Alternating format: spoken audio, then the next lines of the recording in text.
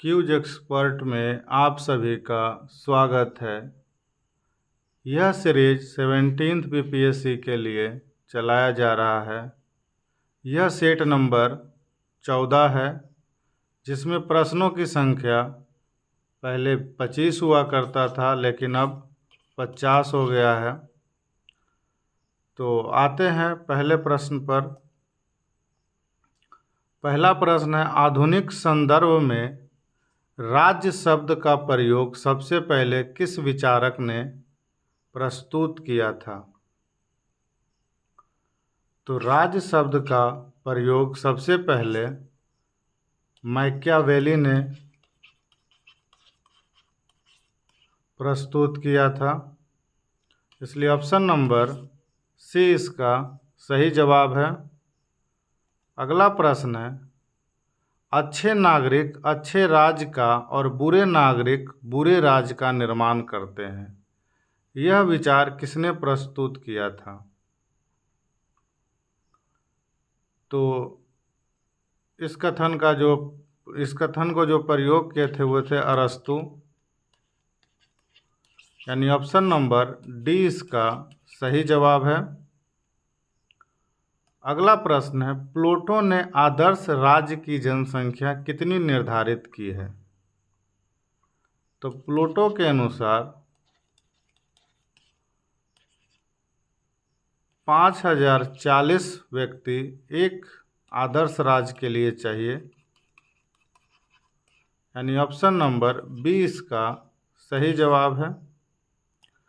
अगला प्रश्न है, राज्य के 4 आवश्यक तत्वों में सबसे महत्वपूर्ण स्थान दिया गया है किसे? तो इसमें जो सबसे महत्वपूर्ण स्थान है वो है संप्रभुता को, यानी ऑप्शन नंबर डी इसका सही जवाब है। अगला प्रश्न है, प्रिंसिपल्स ऑफ सोशियोलॉजी नामक पुस्तक किसने लिखी है? तो प्रिंसिपल्स ऑफ सोशियोलॉजी नामक जो पुस्तक है वो हर्बर्ट स्पेंसर ने लिखी है, यानी ऑप्शन नंबर सी इसका सही जवाब है। अगला प्रश्न है, राज्य की समावयवी अवधारणा के समर्थकों में कौन एक नहीं है? तो इसका सही जवाब है जॉन ऑस्टिन, यानी ऑप्शन नंबर डी इसका सही जवाब है। अगला प्रश्न है, मर्यादित संप्रभुता के सिद्धांत का जन्मदाता किसको माना जाता है? तो संप्रभुता के सिद्धांत यानी मर्यादित संप्रभुता के सिद्धांत का जो जन्मदाता है वो जॉन लॉक को माना जाता है, यानी ऑप्शन नंबर ए इसका सही जवाब है। अगला प्रश्न है, the spirit of the laws नामक पुस्तक किसकी रचना है? तो इसका सही जवाब है मॉन्टेस्क्यू, यानी ऑप्शन नंबर डी इसका सही जवाब है। अगला प्रश्न है, संप्रभुता का निवास स्थान समान इच्छा में होता है, यह विचार है। तो यह विचार जो है वो रूसो का है, मतलब संप्रभुता का निवास स्थान समान इच्छा में होता है, यह जो विचार है वो रूसो का है, यानी ऑप्शन नंबर सी इसका सही जवाब है। अगला प्रश्न है, राजनीतिक बहुलवाद के सिद्धांत के जन्मदाता किसे माना जाता है? तो राजनीतिक बहुलवाद का जो सिद्धांत है वो ओट्टो वी गिरके ने किया था, यानी ऑप्शन नंबर ए इसका सही जवाब है। अगला प्रश्न है, the true law of a free monarchy नामक पुस्तक किसकी कृति है? तो the true law of a free monarch जो है वो जेम्स प्रथम की पुस्तक है, यानी ऑप्शन नंबर डी इसका सही जवाब है। अगला प्रश्न है, प्रसिद्ध पुस्तक लेवियाथन किसकी थी? तो प्रसिद्ध पुस्तक जो है वो लेवियाथन जो है ये हॉब्स की है, यानी ऑप्शन नंबर बी इसका सही जवाब है। अगला प्रश्न है, जो स्वतंत्र होने से इनकार करेंगे उन्हें बलपूर्वक स्वतंत्र किया जाएगा, यह कथन किसने कहा था? तो यह कथन जो है वो रूसो का है, यानी ऑप्शन नंबर सी इसका सही जवाब है। अगला प्रश्न है, लोक कल्याणकारी राज्य की अवधारणा का अग्रदूत किसे माना जाता है? तो लोक कल्याणकारी राज्य की जो अवधारणा का अग्रदूत है वो टी.एच. ग्रीन को माना जाता है, इसलिए ऑप्शन नंबर ए इसका सही जवाब है। अगला प्रश्न है, वैज्ञानिक समाजवाद का जनक किसको माना जाता है? तो वैज्ञानिक समाजवाद का जो जनक है वो कार्ल मार्क्स को माना जाता है, यानी ऑप्शन नंबर ए इसका सही जवाब है। अगला प्रश्न है, धर्म, जाति, प्रजाति, लिंग अथवा जन्म स्थान के आधार पर विभेद का निषेध संविधान के किस अनुच्छेद में अंकित है? तो इसका सही जवाब है अनुच्छेद 15, यानी ऑप्शन नंबर बी इसका सही जवाब है। अगला प्रश्न है, हिंसा की पवित्रता का दावा करने वाले विचारधारा थे? तो हिंसा की पवित्रता का दावा करने वाली जो विचारधारा थी वो थी फासीवाद, यानी ऑप्शन नंबर बी इसका सही जवाब है। अगला प्रश्न है, फेबियन समाजवादी विचारधारा विकसित हुई थी? तो फेबियन समाजवादी धारा जो है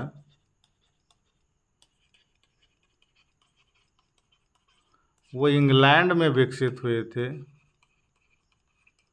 यानी ऑप्शन नंबर ए इसका सही जवाब है।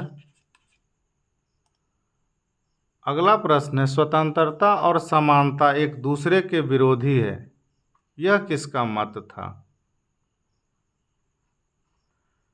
तो स्वतंत्रता और समानता एक दूसरे के विरोधी है, ये जो था लॉर्ड एक्टन का मत था, यानी ऑप्शन नंबर सी इसका सही जवाब है। अगला प्रश्न है, यदि राष्ट्रपति अपना त्यागपत्र देता है तो वो किसको संबोधित करेंगे? तो राष्ट्रपति जो है अपना त्यागपत्र उपराष्ट्रपति को देते हैं, इसलिए ऑप्शन नंबर बी इसका सही जवाब है। अगला प्रश्न है, लोकसभा के सदस्यों की निर्योग्यता से संबंधित प्रश्नों पर निर्णय कौन करता है? तो लोकसभा के सदस्यों की निर्योग्यता से संबंधित प्रश्न का जो निर्णय है वो लोकसभा अध्यक्ष करते हैं, यानी ऑप्शन नंबर ए इसका सही जवाब है।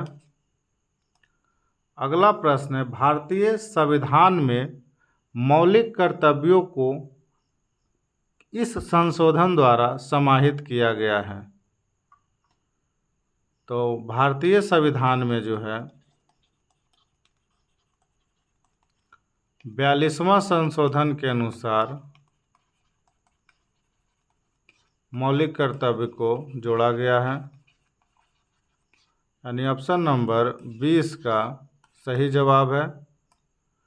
अगला प्रश्न है, संविधान के किस संशोधन अधिनियम के द्वारा भारत में महिलाओं के प्रथम ग्राम पंचायत में 1/3 स्थान आरक्षित किए गए हैं? तो संविधान संशोधन जो 73वां था, 73वां संशोधन के अनुसार ग्राम पंचायत का 1/3 आरक्षित किया गया है, यानी ऑप्शन नंबर सी इसका सही जवाब है। अगला प्रश्न है, संविधान सभा में ऐतिहासिक उद्देश्य प्रस्ताव किसने पेश किया था? तो संविधान सभा में ऐतिहासिक उद्देश्य का प्रस्ताव जो था वो पंडित जवाहरलाल नेहरू ने पेश किया था, यानी ऑप्शन नंबर सी इसका सही जवाब है। अगला प्रश्न है, राज्यों में संवैधानिक तंत्र के विफल हो जाने पर किस अनुच्छेद के अंतर्गत राष्ट्रपति शासन लागू होता है? तो ये अनुच्छेद है जो 356 के अनुसार राज्य में संवैधानिक तंत्र विफल हो जाता है, तब अनुच्छेद 356 के तहत राष्ट्रपति शासन लगाया जाता है, यानी ऑप्शन नंबर बी इसका सही जवाब है। अगला प्रश्न है, संविधान द्वारा मान्यता प्राप्त भाषाओं को किस अनुसूची में रखा गया है? तो भाषा के लिए जो है अनुसूची वो अनुसूची 8 है, यानी 8वीं अनुसूची। ऑप्शन नंबर बी इसका सही जवाब है। अगला प्रश्न है, राज्यसभा में सदस्यों के चुनाव की प्रक्रिया ग्रहण की गई है कहाँ से? तो चुनाव प्रक्रिया जो है वो दक्षिण अफ्रीका से लिया गया है, इसलिए ऑप्शन नंबर 20 का सही जवाब है।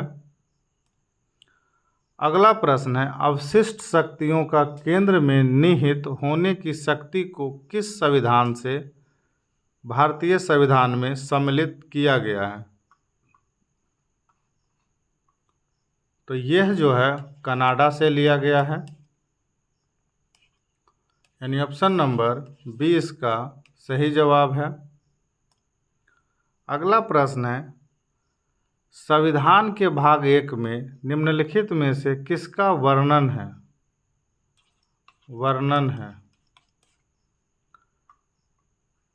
तो संविधान के भाग 1 में संघ और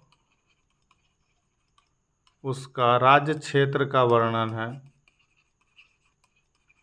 यानी ऑप्शन नंबर सी इसका सही जवाब है।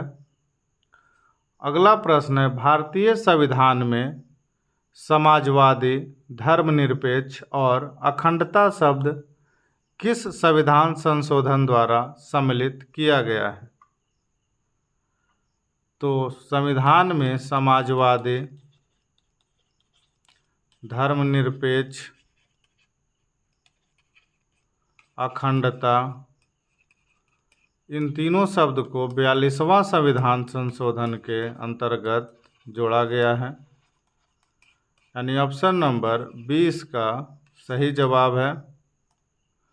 अगला प्रश्न है, भारतीय संविधान का कौन सा अनुच्छेद भारत के राष्ट्रपति को अध्यादेश जारी करने की शक्ति प्रदान करता है? तो यह है 123वां अनुच्छेद, जो यह शक्ति प्रदान करता है कि भारत के राष्ट्रपति अध्यादेश जारी करता है इस अनुच्छेद के अंतर्गत, यानी ऑप्शन नंबर ए इसका सही जवाब है। अगला प्रश्न है, भारतीय संविधान के किस अनुच्छेद के अंतर्गत केंद्र सरकार राज्य सरकार को निर्देश दे सकती है? तो अनुच्छेद 256 के अनुसार केंद्र सरकार जो है वो राज्य सरकार को आदेश दे सकती है, यानी ऑप्शन नंबर डी इसका सही जवाब है। अगला प्रश्न है, संपत्ति का अधिकार जो है वो कानूनी अधिकार है, यानी ऑप्शन नंबर डी इसका सही जवाब है। व्यक्तिगत स्वतंत्रता के लिए कौन सी रिट याचिका दाखिल की जा सकती है? तो व्यक्तिगत स्वतंत्रता के लिए बंदी प्रत्यक्षीकरण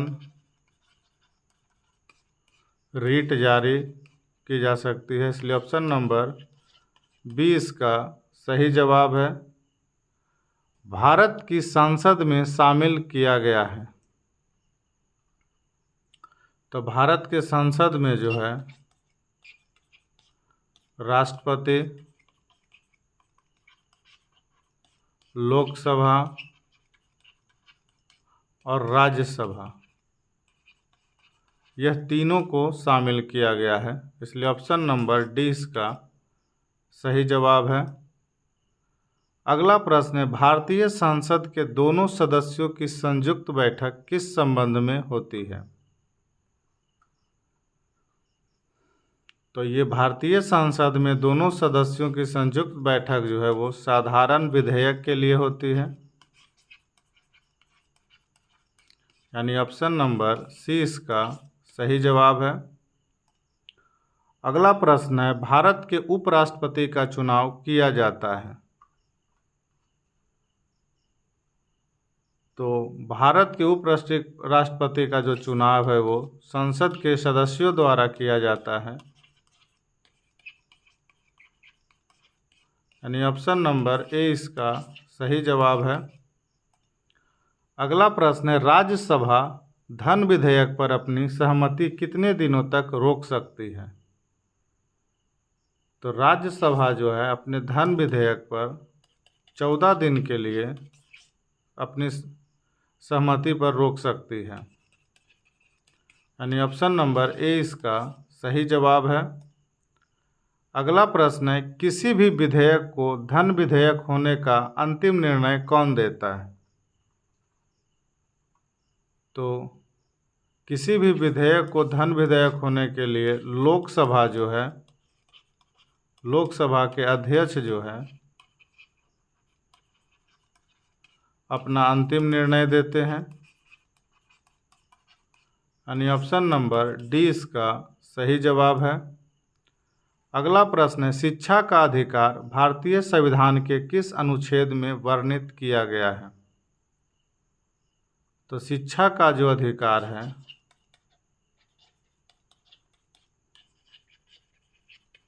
वो अनुच्छेद 21 के क में वर्णित किया गया है, इसलिए ऑप्शन नंबर 20 का सही जवाब है। अगला प्रश्न है, देशेर कथा जो है पुस्तक किसने लिखी है? तो देशेर कथा जो है वो सखाराम गणेश देउस्कर द्वारा लिखा गया है, इसलिए ऑप्शन नंबर ए इसका सही जवाब है। अगला प्रश्न है, बिहार के किस जिले में गंगा नदी सबसे लंबी है? तो बिहार के पटना जिला में गंगा नदी सबसे लंबी है, लगभग 99 किलोमीटर, इसलिए ऑप्शन नंबर सी इसका सही जवाब है। 2011 के जनगणना के अनुसार बिहार के किस जिले में सर्वोच्च घनी आबादी दर्ज की गई है? तो इसका सही जवाब है शिवहर, यानी ऑप्शन नंबर ए इसका सही जवाब है। अगला प्रश्न है, वर्ष 2017-18 के दौरान बिहार में तृतीयक क्षेत्र के विकास दर क्या था?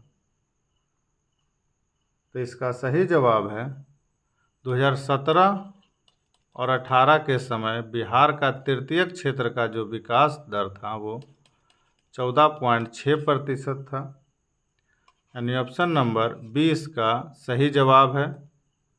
अगला प्रश्न है, बिहार राज्य में गंगा के किनारे कुल कितने जिला स्थित हैं? तो बिहार में जो है गंगा के किनारे कुल 12 जिला स्थित है, यानी ऑप्शन नंबर 20 का सही जवाब है। अगला प्रश्न है, निम्नलिखित में से कौन सा जिला धारवाड़ भूस्तरीय रचना वाला नहीं है? तो इसका सही जवाब है रोहतास, यानी ऑप्शन नंबर 20 का सही जवाब है। अगला प्रश्न है, भागलपुर में नमक सत्याग्रह का नेतृत्व किसने किया था? तो भागलपुर में नमक सत्याग्रह का जो नेतृत्व है वो महादेव लाल सराफ ने किया था। यानी ऑप्शन नंबर डी इसका सही जवाब है। अगला प्रश्न है, बिहार राज्य पर्यटन विकास निगम का टैगलाइन क्या है? तो बिहार राज्य विकास का पर्यटन का जो टैगलाइन है वो है ब्लिसफुल बिहार। ब्लिसफुल बिहार, यानी ऑप्शन नंबर सी इसका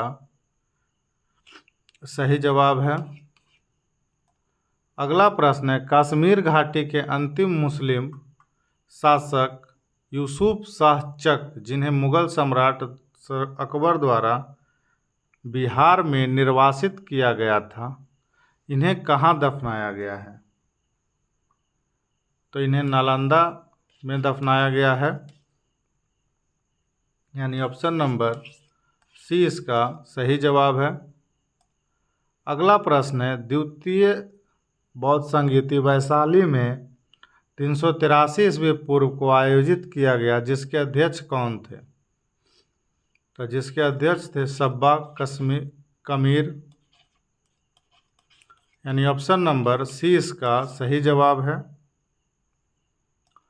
यह था बीपीएससी के से संबंधित जो एग्ज़ाम में आपके लिए महत्वपूर्ण होगा, उससे संबंधित 50 प्रश्न।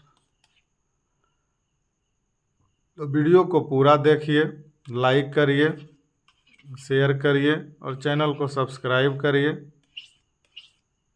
वीडियो देखने के लिए धन्यवाद।